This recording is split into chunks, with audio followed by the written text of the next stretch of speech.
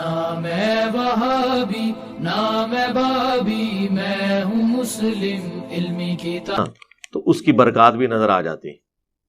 جب قوم کے چھوٹے سے لے کر بڑا تک ہر شخص دوسرے سے قربانی مانگ رہا ہے، خود کوئی قربانی کرنے کے لیے تیار نہیں ہے، تبدیلی کہاں سے آنی ہے میرے بھائی؟ کبھی نہیں آنی. یہ جتنے لوگ آ کے آپ کو غریبوں کا درد بتا رہے ہیں، ان سے یہ پوچھیں کہ تم لوگ کیوں اتنے بڑے بڑے محلات میں رہ رہے ہو؟ کیا امریکہ کا پریزیڈنٹ 300 کنال کے گھر میں رہتا ہے؟ بتائیں. کیا امریکہ کے پریزیڈنٹ کی زمینوں میں کئی گھنٹوں تک ٹرین چلتی رہے اور اس کی زمینیں ختم نہ ہو؟ کیا امریکہ کے پریزیڈنٹ نے پورا سٹی اپنا آباد کیا ہوا ہے جس میں ہاسپٹل اپنی ساری فیملیز رہ رہی ہیں؟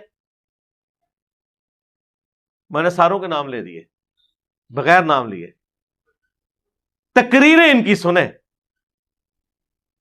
پھر سے پوچھے تم سب لوگ 70 سال کے ہو چکے ہو، سارے ہو چکے ہیں 70 سال کے آلموسٹ. ہمارے جتنے پولیٹیکل لیڈرز ہیں اس وقت بڑے، نواز شریف صاحب، زرداری صاحب، مولانا فضل الرحمان صاحب، عمران خان صاحب، ان سے پوچھو کہ اب تم نے کتنا عرصہ زندہ رہنا ہے یار؟ چلو 100 سال کیلکولیٹ کر لو. ویسے تو مجھے نہیں لگتا ان میں سے کوئی 100 پہ پہنچے گا. 100 کے حساب سے کیلکولیشن کر کے اپنا پورا معاملہ رکھ لو، باقی دے دو نا یار. قوم کا درد سینے میں ہر دوسرے دن دودھ اترا ہوتا ہے اس قوم کے لیے آپ کے، ٹھیک ہے؟ تو یار اپنی جیب ڈھیلی کرو نا، خود اپنا لیونگ سٹینڈرڈ تھوڑا سا نیچے لے آؤ، اور وہ مال اللہ کی راہ میں خرچ کرو. ہم نہیں کہتے کہ تم پاکستان کے اسٹیٹ بینک کے پاس وہ مال رکھواؤ، نہیں، خود اپنے ہاتھوں سے خرچ کر دو، جہاں بہتر سمجھتے ہو لگاؤ. ایک ایک جلسے پہ ان کے 10 15 کروڑ روپیہ لگ رہا ہے، اور نکل رہا کیا اس میں سے؟ چند ٹی وی اینکرز کی نوکری کہ وہ اس جلسے میں ہوئی ہوئی تقریر کو ڈسکس کریں گے. وہ سرکار تقریر آپ گھر بیٹھ کے کر لیں سوشل میڈیا کے ذریعے، تب بھی آپ کی تقریر جو آپ نے بونگیاں ارشاد فرمانی ہیں وہ ڈسکس ہوں گی. وہ بونگیاں آپ گھر میں بیٹھ کے ایک ویب کیم کے اوپر یا ایک کوئی کیمرہ لگا کے اس میں مار لیں تو ٹی وی اینکرز کی نوکری پھر بھی کھل جائے گی. اس کے لیے 15 کروڑ کا جلسہ کروانے کی کیا ضرورت ہے؟ 10-15 کروڑ ایوریج ہوتا ہے وہ لائٹنگ کا، اور باقی سارے خرچے آپ دیکھیں خود بتاتے ہیں. اب مجھے بتائیں یہ اتنے جلسے کروا رہے ہیں تو کیا ان کے گھروں میں کوئی سونے کے درخت لگے ہوئے ہیں جو توڑ رہے ہیں؟ اور اپنی جیب سے نہیں لگا رہے، یہ آپ کا ہی پیسہ ہے جو ان کے ساتھ بیٹھنے والے 2 نمبر لوگوں نے لوٹا ہوا ہے، اور وہ اپنے لیڈرز کے اوپر لگا رہے ہوتے ہیں. انہی لیڈرز کی ناک کے نیچے انہوں نے یہ حرام کمایا ہوتا ہے. اور ان میں وہ لیڈر بھی شامل ہیں جو کہتے ہیں کہ جی ہم نے کبھی حرام نہیں کھایا. ہم کب کہتے ہیں کہ حرام آپ نے کھایا نہیں ہے؟ لیکن اربوں کا حرام آپ کے نیچے کھایا گیا اور آپ نے آنکھیں بند کی، تو گویا کہ آپ مجرم ہیں، کیونکہ رعیت کے بارے میں آپ سے سوال ہوگا. صحیح مسلم میں حدیث ہے کہ سب سے برا گڈریا وہ ہے جو حکمران گڈریا ہے. جیسے ایک گڈریا بھیڑ بکریوں کی حفاظت کرتا ہے نا، حکمران بھی اپنی قوم کی حفاظت کرتا ہے کہ اگر اس نے انصاف نہ کیا تو اس پہ جنت حرام. وہ حفاظت نہیں کر سکا تو اس کی بکری ماری جائے گی، لیکن حکمران اگر رعایا کی حفاظت نہ کر سکا تو حکمران مارا گیا، وہ جہنمی ہو گیا. پھر بخاری مسلم کی حدیث، تم میں سے ہر شخص نگہبان ہے اور اس سے اس کی رعیت کے بارے میں پوچھا جائے گا. وہ اپنی رعایا کے اوپر حکمران ہے اور وہ اس کی رعیت ہے، اس سے پوچھا جائے گا. ایک مرد اپنی بیوی بچوں کے اوپر حکمران ہے، ایک عورت اپنے خامند کے مال اور اس کے بچوں کے اوپر نگہبان ہے، اس سے پوچھا جائے گا. وہاں تو کوئی 2 نمبری نہیں کر رہی. نبی اسلام نے ایک ایک چیز گنوائی. تقریروں میں آپ سن لیں جی حضرت عمر نے فرمایا تھا دریائے فرات کے کنارے کتا بھی بھوکا مر گیا، مجھ سے پوچھا جائے گا. اگے بھی ٹرونا تو اسی کیتا ہے صرف سنانے کے لیے.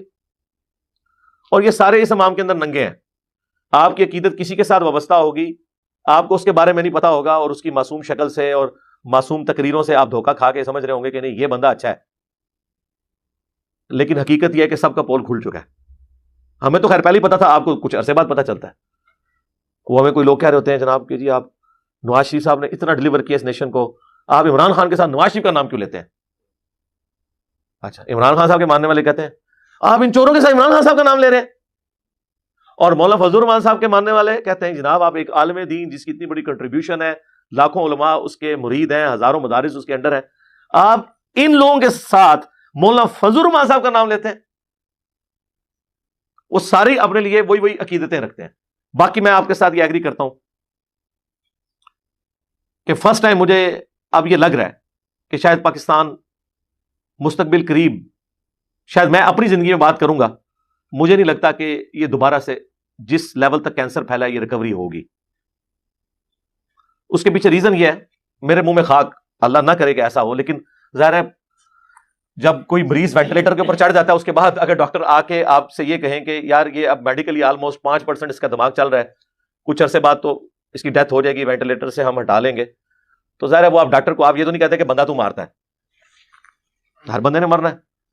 پاکستان کے ساتھ جو کچھ 70 سالوں میں اشرافیہ سے لے کے نیچے تک لوگوں نے کیا، اس کا اینڈ رزلٹ یہی نکلنا تھا. بچپن سے ہر بندہ ایک محاورتاً جملہ بولا کرتا تھا، دیکھیں جی پاکستان پہ اللہ کا خاص کرم ہے، ہر بندہ ہی کھا رہا ہے اور مکنا نہیں. ان مک گیا نا، لگ گیا تھا نا پتا، بھوک پئی ہے نا. ایک کس طرح نہ دے آپ کو IMF. آپ اپنی فوج کی سرکاری ملازمین کی تنخواہ نہیں دے سکتے، پینشنیں نہیں دے سکتے. آپ مجھے بتائیں جب آپ ملینز آف پیپل کی تنخواہیں اور پینشنیں نہ دیں تو مارکیٹ میں جتنی دکانیں ان سے خریداری کون کرے گا؟ وہ بھی مارے گے. کروڑوں لوگ، سری لنکا کا حال آپ نے دیکھ نہیں لیا. اب آج میرا حال ہے IMF کی ٹیم نے وہاں جانا ہے یا کل منڈے والے دن جانا ہے، اور وہ کہہ رہے ہیں ہمارے پاس اب قسط اتارنے کے لیے کچھ نہیں ہے، آپ ہمیں ویسے کوئی فیس بھی لے کچھ دے دیں. اب ظاہر ہے وہاں پہ تو آپ کو پتا ہے ایک سول وار والا سلسلہ شروع ہو گیا. حالانکہ سری لنکا کا لٹریسی ریٹ اس پورے ایریا میں سب سے زیادہ ہے، لیکن وہ تھین جاتا بندہ. پاکستان کے ساتھ بھی یہی ہو رہا ہے.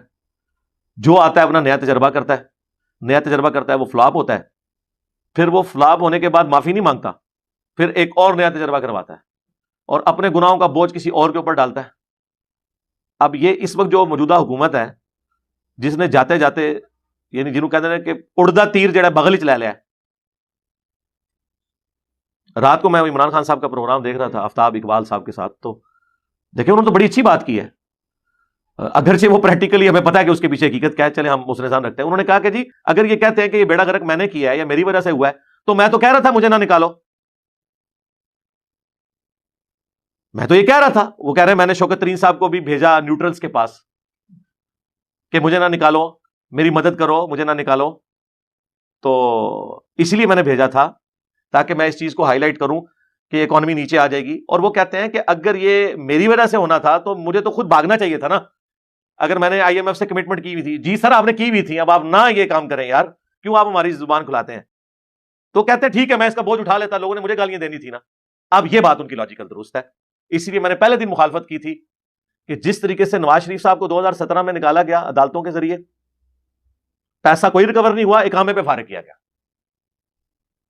وہ بھی غلط طریقہ تھا اور یہ بھی غلط طریقہ ہے. لیکن وہ دوسرے کہتے ہیں نہیں جی آئینی طریقہ ہے، عدم اعتماد پیش کیا ہم نے، وہ آئینی طریقہ ہے لیکن اخلاقیات بھی کوئی دنیا میں چیز ہے. دوسری طرف آپ چارٹر آف ڈیموکریسی میں ایگری کیے ہوئے ہیں کہ ہم کسی کی حکومت نہیں گرائیں گے، تو کیا یہ چارٹر آف ڈیموکریسی کے تحت یہ جرم نہیں تھا عدم اعتماد پیش کرنا؟ کنٹینیوشن ہونے دیں، 5 دفعہ اسمبلیاں 5 سال پورے کریں، آپ اس کا رزلٹ دیکھ لیں گے. انڈیا میں 40% پارلیمنٹیرین کرپشن میں ڈوبے ہوئے ہیں، لیکن انڈیا اوپر جا رہا ہے کیونکہ تسلسل ہے پالیسیز کا. ہم کہتے ہیں 2 چارٹر آپ لکھ دیں، ایک چارٹر آف ڈیموکریسی، تمام جماعتیں، کسی کی حکومت نہیں آپ گرائیں گے، 5 سال عوام فیصلہ کریں کہ اس کو اگلی حکومت دینی ہے نہیں. اور دوسرا چارٹر آف اکانومی، جو اکنامک پالیسیز بنے گی وہ مل بیٹھ کے ہوں گی، حکومت جس مرضی پارٹی کی ہو لیکن مل بیٹھ کے ایک چیز ڈیسائیڈ ہوگی، چاہے کسی پارٹی کی گورنمنٹ آئے، ملک کی پالیسیز ویسے ہی چلتی رہے.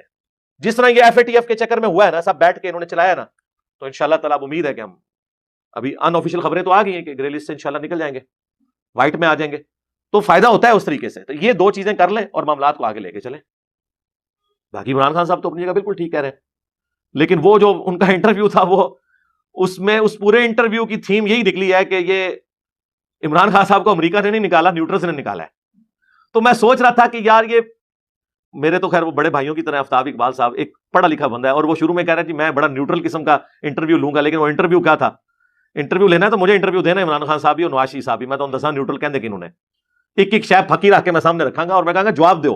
یہ 2 سٹیٹمنٹس بیک وقت کس طرح جیسا مولویوں کہتے ہیں نا، یہ دیکھو یہ دیکھو، ایک طرف کہہ رہا ہوں میں نے نیوٹرلز کو کہا کہ ہماری گورنمنٹ نہ گرنے دے، تو اس کا مطلب پتہ کیا ہے؟ نیوٹرلز نے گرائی ہے. پھر امپورٹڈ حکومت والا یہ نعرہ جعلی ہوا، اور یہی مطلب لیا جا سکتا ہے۔ دوسرا مطلب اگر آپ نے لیا تو اس کا مطلب یہ ہے کہ نیوٹرلز نے امریکہ کے ساتھ مل کے آپ کو نکالا، مراد یہ ہے کہ ہماری فوج نعوذ باللہ امریکہ کی ایجنٹ ہے۔ تو یہ تو عمران خان صاحب کبھی نہیں کہیں گے، چاہے وہ دل میں مانتے بھی ہوں، زبان سے نہیں کبھی کہیں گے۔ تو جب زبان سے نہیں کہہ رہے تو پھر لیڈرشپ ہی کوئی نہیں، اور یہ ایسا ہے بھی نہیں ہے کہ ایسا اس طریقے سے ہوا ہے۔ وہ رات کو جو انہوں نے انٹرویو میں مارا ہے نا، وہ وہی ہے، واقعی نیوٹرل سے ہی نکالا ہے۔